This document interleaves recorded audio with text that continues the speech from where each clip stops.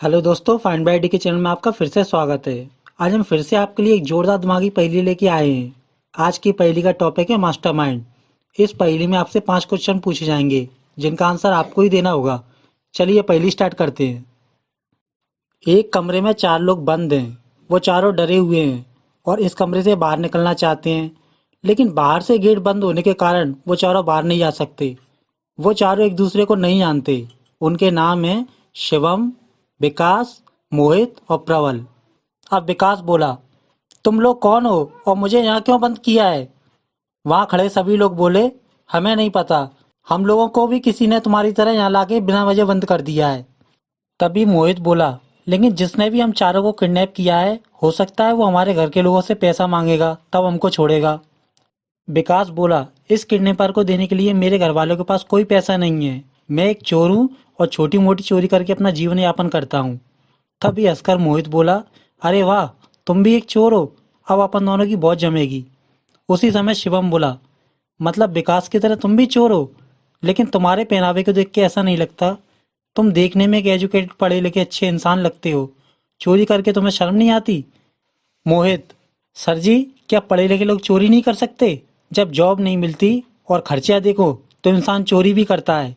मजबूरी इंसान को सब कुछ करा सकती है। वैसे आप क्या काम करते हो? शिवम बोला, मैं एक एडवोकेट वकील हूँ। मैं गुनाहगारों को सजा व बेगुनाह को इंसाफ दिलाने का काम करता हूँ। अब प्रबल बोला, तभी आप समझ गए कि विकास की तरह मोहित भी एक चोर है। शिवम बोला, ये दोनों चोर हैं। अब तुम बताओ, तुम क्या काम करते हो? प्रबल, मैं एक प्राइवेट कंपनी में मैनेजर का काम करता था, लेकिन अभी जॉबलेस हूँ। अभी मुझे मेरे सेठ ने काम से हटा दिया है। शिवम ने पूछा, तुम्हारे बॉस ने तुम्हें काम से क्यों हटाया? प्रबल बोला, हमारी कंपनी में एक रात 5 लाख की चोरी हो गई। बॉस और स्टाफ का शक मुझ पर आया, इसलिए सेठ ने मुझे जॉब से हटा दिया। शिवम बोला, अगर तुमने चोरी नहीं की तो तुम चिंता मत करो। यहाँ से निकलने के बाद दूसरी जॉब ढूंढ लेना। अब शिवम विकास से बोला, अब बहुत रात हो चुकी है और इस कमरे में बल्ब भी लगा हुआ है। विकास, तुम स्विच दबा के लाइट चालू कर दो, जिससे इस कमरे में रोशनी आ जाएगी। विकास ने देखा, उसके पीछे दीवार पर लाइट के 2 स्विच लगे थे। उसने ऊपर वाला स्विच दबाया और कमरे का बल्ब ऑन हो गया। अभी सब लोग बातचीत कर ही रहे थे, उसी समय कमरे की खिड़की के पास एक आदमी आके खड़ा हो गया और सभी लोगों से बोला, तुम लोग सोच रहे होगे कि मैंने तुम लोगों को यहाँ बंद क्यों किया।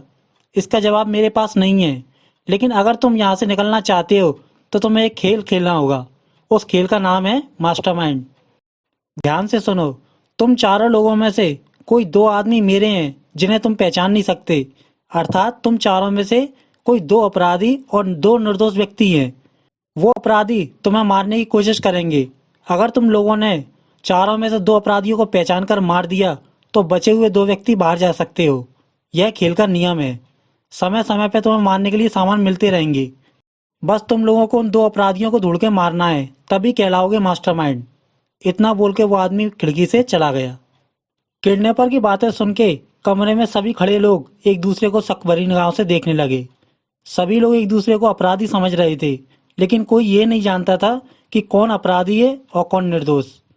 अब सबसे पहले शिवम बोला, हम चारों में से कोई 2 अपराधी हैं। मुझे पता चल गया है पहला अपराधी कौन है। सभी लोग बोले, कौन है अपराधी? बताओ, हम अभी उसे मार देंगे। शिवम बोला, पहला अपराधी विकास है। मोहित बोला, तुम्हें कैसे मालूम हुआ कि पहला अपराधी विकास है? दोस्तों, इस पहेली का पहला सवाल, शिवम को विकास अपराधी क्यों लगा? अगर आप इस सवाल का आंसर जानते हैं तो नीचे कमेंट कीजिए या कुछ देर का इंतजार कीजिए।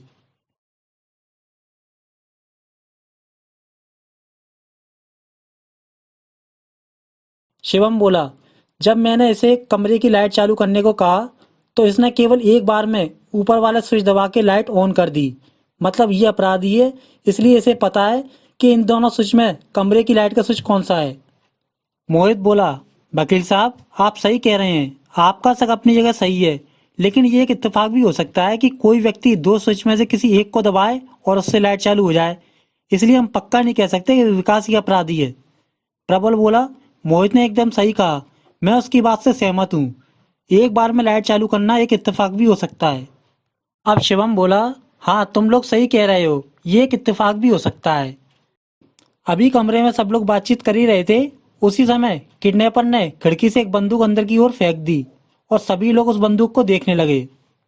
अब शिवम बंदूक देख के बोला, कोई भी उस बंदूक से हाथ नहीं लगाएगा। इतना बोल के शिवम ने बंदूक के पास गया और उसने बंदूक उठा ली और शिवम ने उस बंदूक से हवाई फायर करने लगा।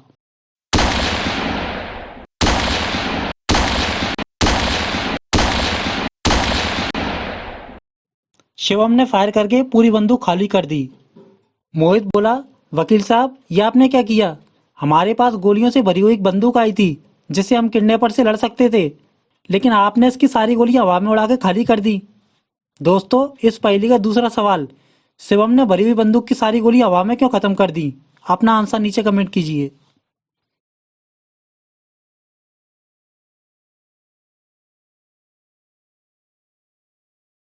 शिवम बोला, ये बंदूक किडनैपर ने हम सभी को एक दूसरे को मारने के लिए दी थी। अब तक हम यही नहीं जान पाए कि हम चारों में से दो अपराधी कौन है, इसलिए मैंने इसकी सारी गोली हवा में फायर करके खाली कर दी। यह अपराधी चाहता है कि हम लोग एक दूसरे को मारें, लेकिन हम लोग ऐसा क्यों करें जबकि हम लोग एक दूसरे को जानते तक नहीं। अभी तक मैंने केवल ये महसूस किया है कि हम चारों के अलावा केवल ये किडनैपर यहाँ पर मौजूद है जिसने हम चारों को कमरे में बंद कर दिया है। हम लोग इससे क्यों डरें? देखना कोई ना कोई व्यक्ति हमको बचाने जरूर आएगा, इसलिए चुपचाप मिलजुल के रहो और आगे का इंतजार करो। विकास बोला, वकील साहब आपने सही कहा, क्या अब ये खाली बंदूक मैं रख सकता हूँ? शिवम बोला, ठीक है रख लो, क्योंकि अब इस खाली बंदूक से कोई खतरा नहीं है। और साथ ही सभी लोग एक दूसरे की तलाशी लो, कहीं किसी के पास कोई और बंदूक तो नहीं है। अब वहां खड़े सभी लोगों ने एक दूसरे की तलाशी ली, लेकिन किसी के पास कोई भी सामान नहीं मिला। अब शिवम बोला, हम लोगों के पास कोई भी हथियार नहीं निकला, लेकिन मुझे एक बात समझ में नहीं आई कि ये दूसरा स्विच किसका है। प्रबल बोला, वकील साहब इस दूसरे स्विच के बारे में जानने के लिए हमको पूरा घर खोजना होगा। इतना सुन के सभी लोग दूसरे कमरे में चले गए। वहां पहुंचकर सभी ने देखा, बाहर वाले कमरे में एक मेन गेट था जो कि बाहर से बंद था और उसके बगल में एक बाथरूम भी था। अब शिवम बाथरूम में चला गया।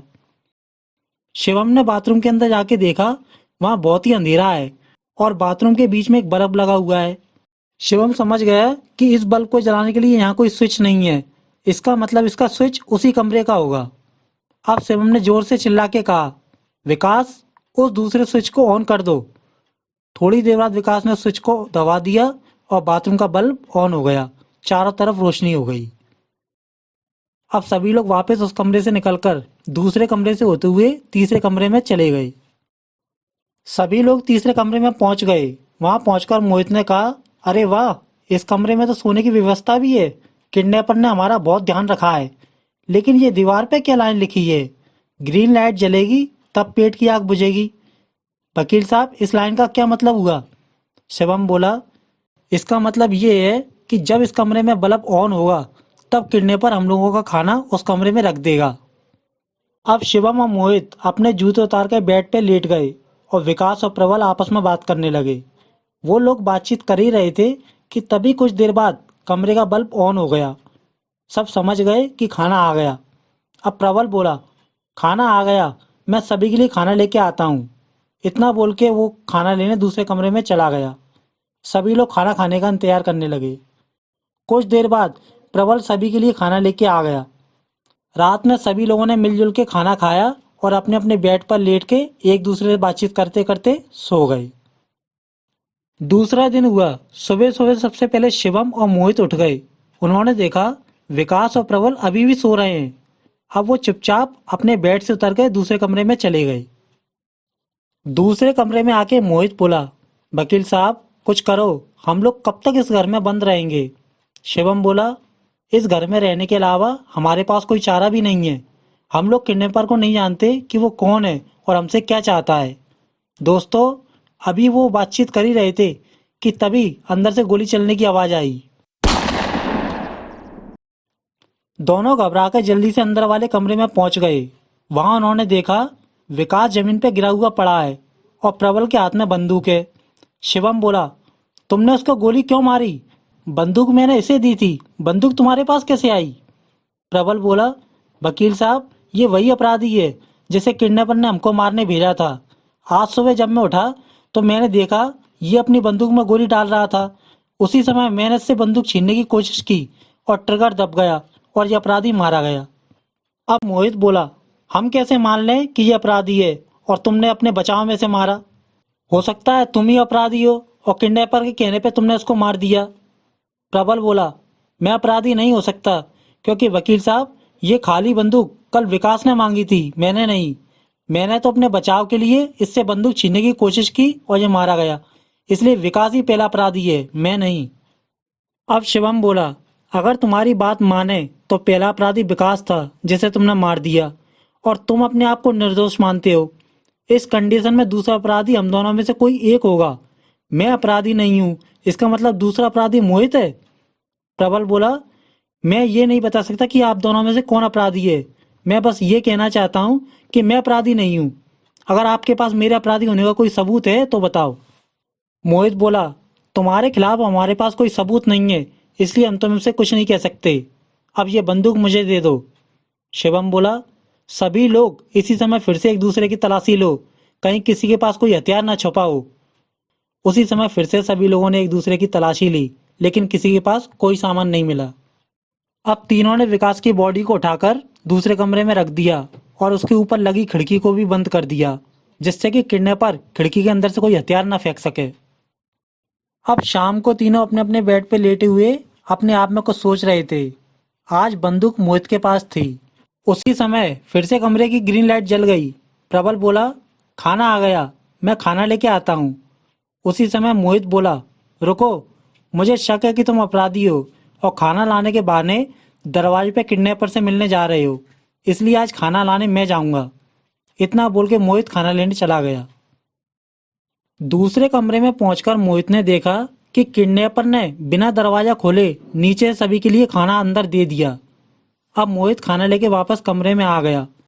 प्रबल बोला, मुझे बहुत भूख लगी है, पहले खाना मुझे दो। अब मोहित ने प्रबल को खाना दे दिया।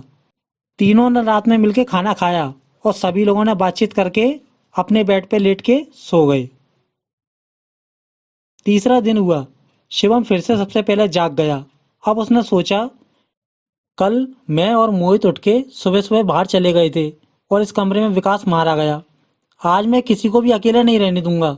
मैं इन दोनों को नींद से उठा देता हूँ और अपने साथ अगले कमरे में ले चलता हूँ। शिवम ने दोनों को नींद से जगाया और अपने साथ दूसरे कमरे में ले आया।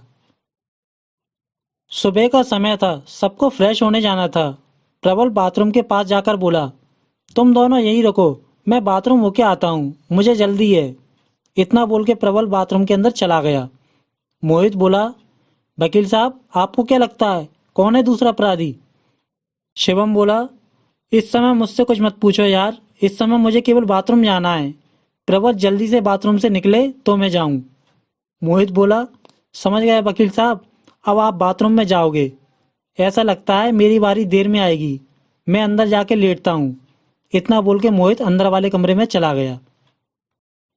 अब कुछ देर बाद प्रबल बाथरूम से निकलकर कमरे में आ गया और शिवम बाथरूम में चला गया। प्रबल ने देखा मोहित यहाँ नहीं है। इधर दूसरे कमरे में प्रबल आया, उसने देखा मोहित उसके जूतों में कुछ खोज रहा था।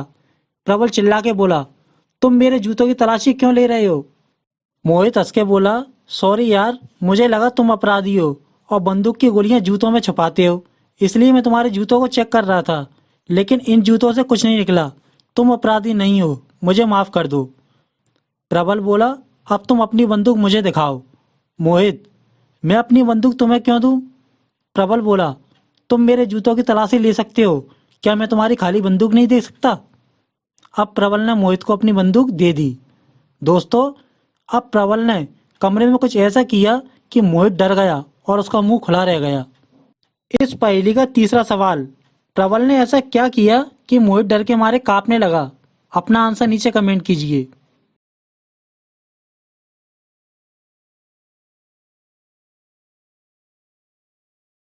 दोस्तों, जैसे ही प्रबल के हाथ में बंदूक आई, उसने अपनी जेब से एक गोली निकाल के बंदूक में डाल ली, इसलिए मोहित डर के मारे कांपने लगा।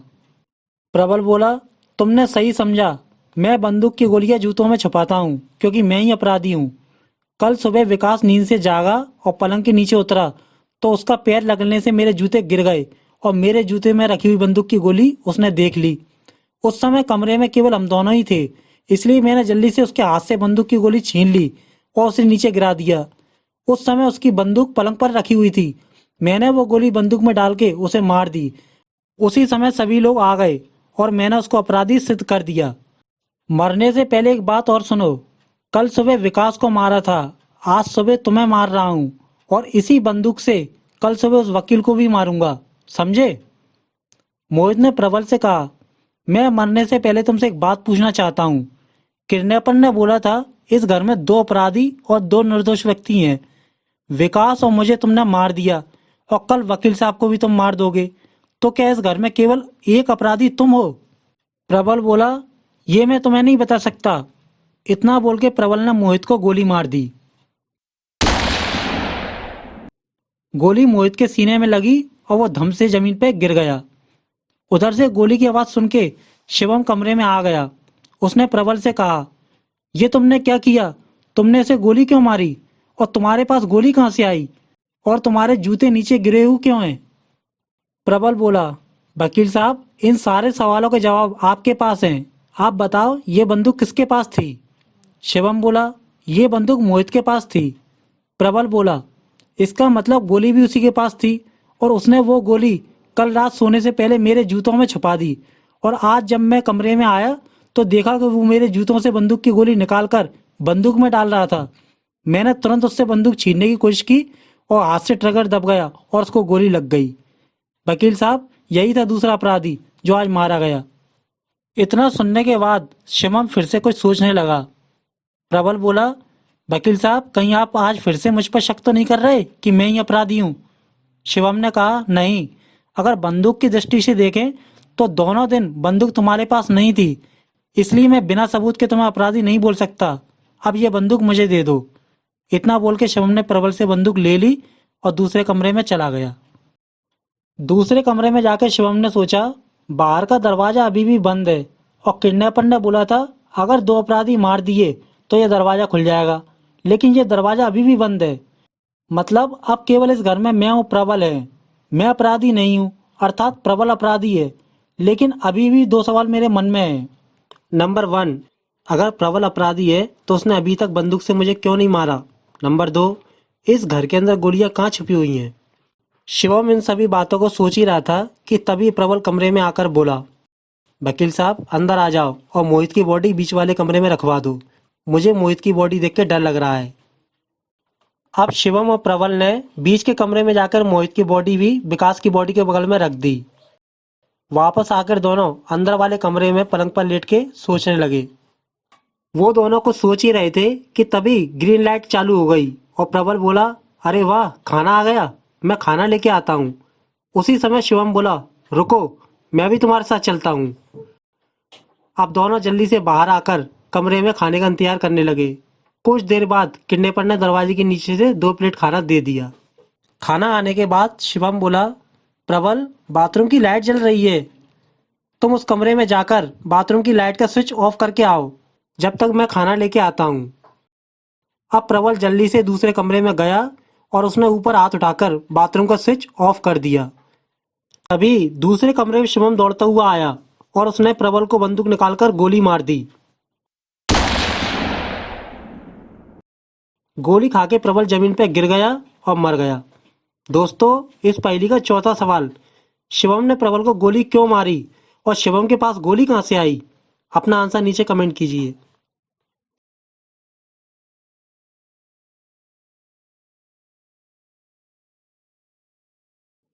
आंसर, शिवम ये जान गया था कि प्रबल ही अपराधी है, लेकिन शिवम को ये पता लगाना था कि हर बार तलाशी लेने के बाद प्रबल के पास गोली कहां से आती है और अगर उसके पास गोलियां हैं तो वो ये सभी लोगों को एक बार में क्यों नहीं मार रहा?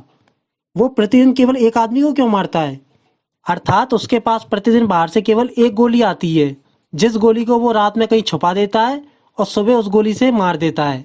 शिवम समझ गया, बाहर से रात में सभी के लिए खाना आता है और प्रबल सभी के लिए खाना लाने जाता है, अर्थात गोली खाने के बर्तन में आती है जिसे प्रबल निकालकर छिपा लेता है। और जब दूसरी बार मोहित खाना लेने गया तो प्रबल ने सबसे पहले खाने की प्लेट उठाई। प्रबल जानता था कि किस प्लेट के अंदर गोली होगी, इसलिए ये पक्का हो गया कि प्रबल ही अपराधी है, जिसे किडनैपर प्रतिदिन खाने की प्लेट के अंदर एक गोली रख के भेजता था।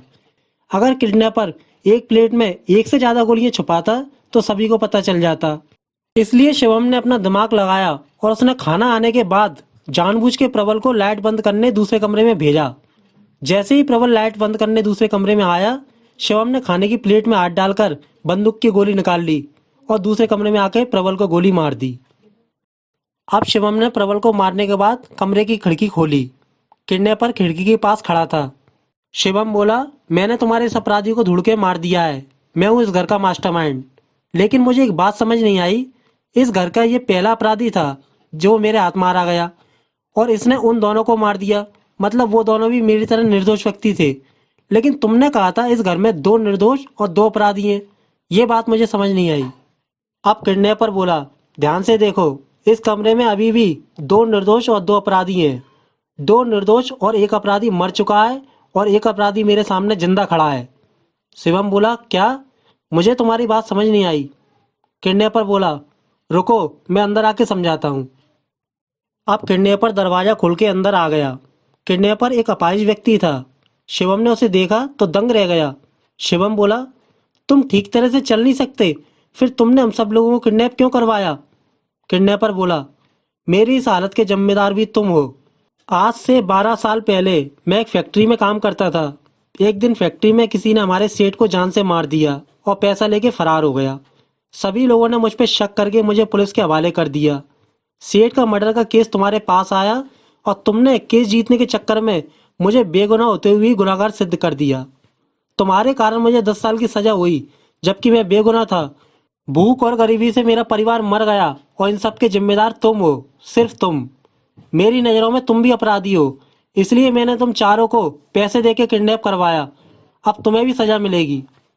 शिवम बोला, एक बार मेरा मोबाइल दे दो, फिर तुझे बताता हूँ कि सजा किसे मिलेगी। अब किडनैपर ने शिवम का मोबाइल उसे दे दिया। मोबाइल लेने के बाद शिवम ने तुरंत पुलिस को फोन लगा दिया। शिवम बोला, अब कुछ देर बाद पुलिस आती होगी और तुम्हें फिर से जेल में डाल देगी। किडनैपर बोला, इस बार मैं नहीं, तुम जेल जाओगे। अपने ऊपर लगे हुए लाइट के बल्ब को देखो। इस घर में प्रत्येक लाइट के बल्ब के अंदर एक सीसीटीवी कैमरा लगा हुआ है और इस घर में कैमरों की फुटेज मैंने पहले ही प्रबल के मोबाइल से पुलिस को भेज दी थी। अब पुलिस के सामने ये कहानी बनेगी। मोहित और विकास दोनों चोर थे।